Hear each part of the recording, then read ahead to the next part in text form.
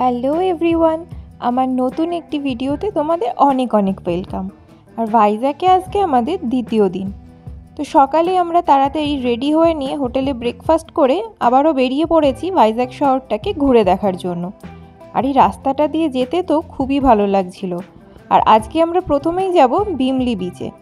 আর এই বিচটা ভাইজ্যাগ শহরটা থেকে প্রায় অনেকটাই দূরে অবস্থিত। আর পুরো রাস্তাটাই এইরকম সমুদ্রের পাশ দিয়ে, দেখতে তো ভীষণ অপূর্ব সুন্দর লাগছিল। আর আমরা বিচের কাছাকাছি প্রায় চলেও এসেছি। এই যে এটাই সেই বিমলি বিচ। তো সকালের দিকে এখানে প্রচুর লোকজন রয়েছে। এখানে জল কম দেখা যাচ্ছে, লোকজনের মাথাটাই বেশি দেখা যাচ্ছে। তবে আজকে আর এখানে জলে নামবো না। আজকে এখনও আমাদের অনেক কিছু দেখার বাকি আছে, আগে সেগুলোই দেখবো।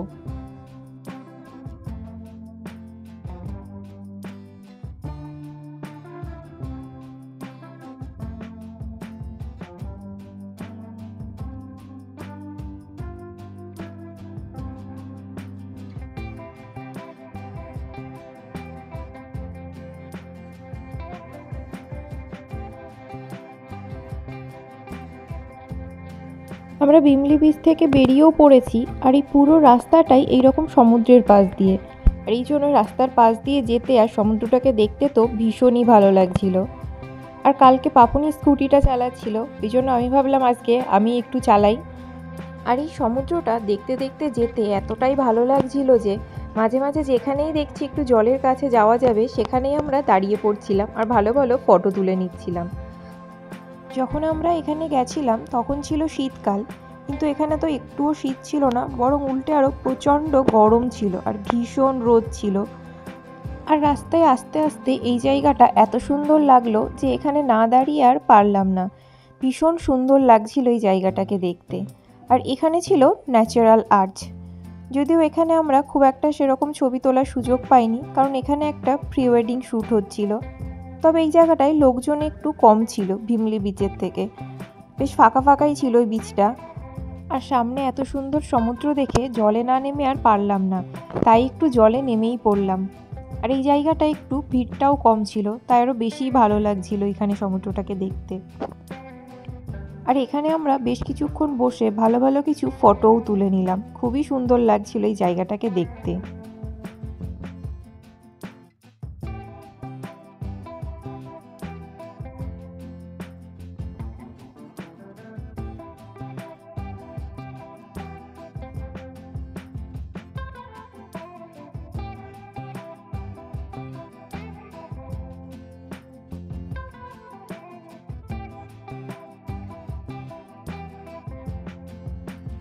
এরপর আমরা যাব থোতলাকোন্ডা বুদ্ধিস্ট মনেস্ট্রিতে।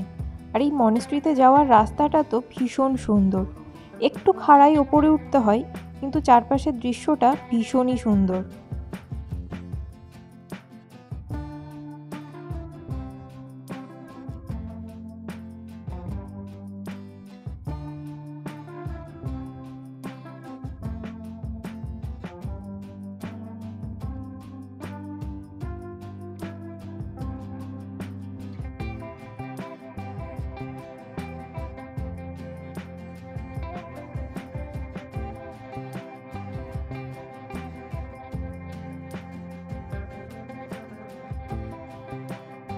আমরা পৌঁছে গেছি থোতলাকোন্ডা বুদ্ধিস্ট মনেস্ট্রিতে।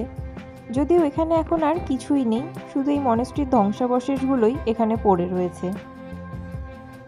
এখানে ঘুরে দেখার জন্য আবার গাইডও পাওয়া যায়, তবে আমরা আর গাইড নিইনি, আমরা নিজেরাই পুরো জায়গাটা ঘুরে দেখছিলাম।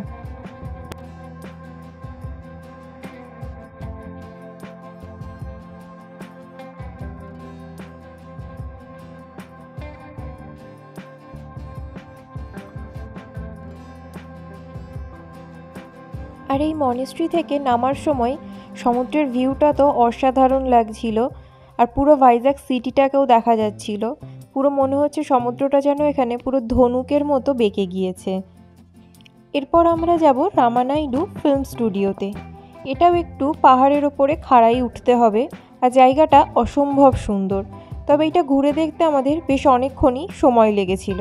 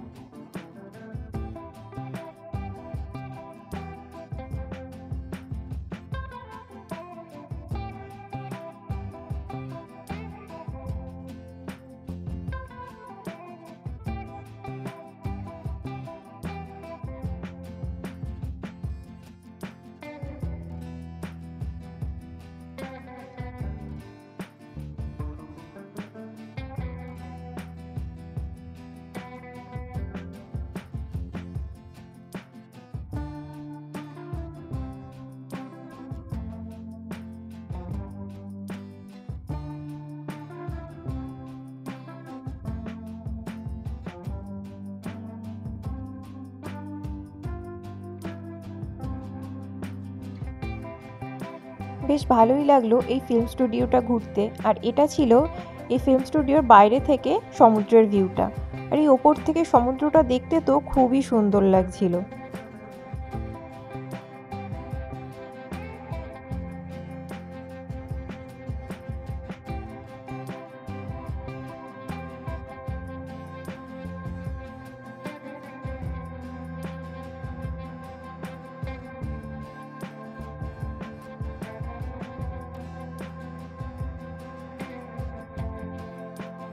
এখান থেকে এবার আমরা যাব ঋষিকোন্ডা বিচে।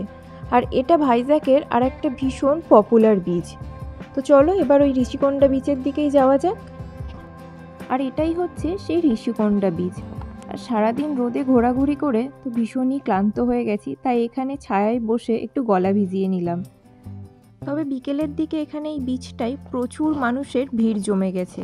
এখানে আবার অনেকে সমুদ্রে স্নানও করছে, তবে আমরা আর এখানে সমুদ্রে স্নান করব না।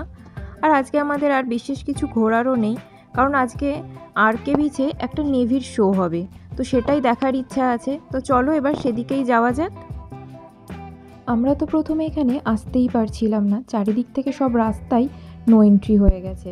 আর আমাদের হোটেলটাও ছিল এই আরকে বিচের কাছেই, আমরা কোনো রকমভাবে হোটেলেও পৌঁছতে পারছিলাম না। তো তারপর অনেক দূরে স্কুটি রেখে সেখান থেকে হাঁটতে হাঁটতেই এই বিচের কাছে আসলাম। এখানে এসে তো দেখছি পুরো বিচ লোকে ভর্তি হয়ে গেছে, আর প্রচুর পুলিশও দিয়েছে আবার এখানে। তো এটাই এই যে নেভির শো হচ্ছিল। একটার পর একটা হেলিকপ্টারগুলো পরপর এইভাবে চলে যাচ্ছিল, কোনোটা থেকে আবার ফায়ারিং হচ্ছিল, কোনোটায় আবার দেশের পতাকাও ঝোলানো ছিল। ভালোই লাগছিল বেশ দেখতে এই শোটা।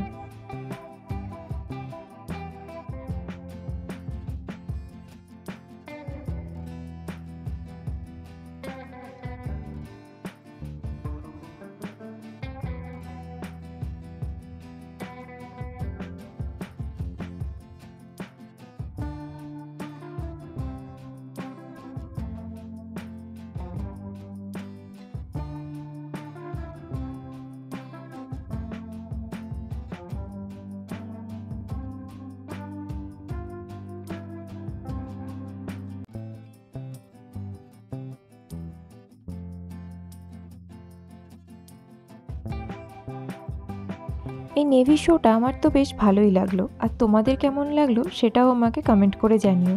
আর ভিডিওটাও তাহলে আজ এখানে শেষ করছি। আর ভিডিওটা ভালো লেগে থাকলে একটা লাইক, শেয়ার আর কমেন্ট করে দিও। দেখা হচ্ছে পরের ভিডিওতে। সবাই ভালো থেকো। টাটা।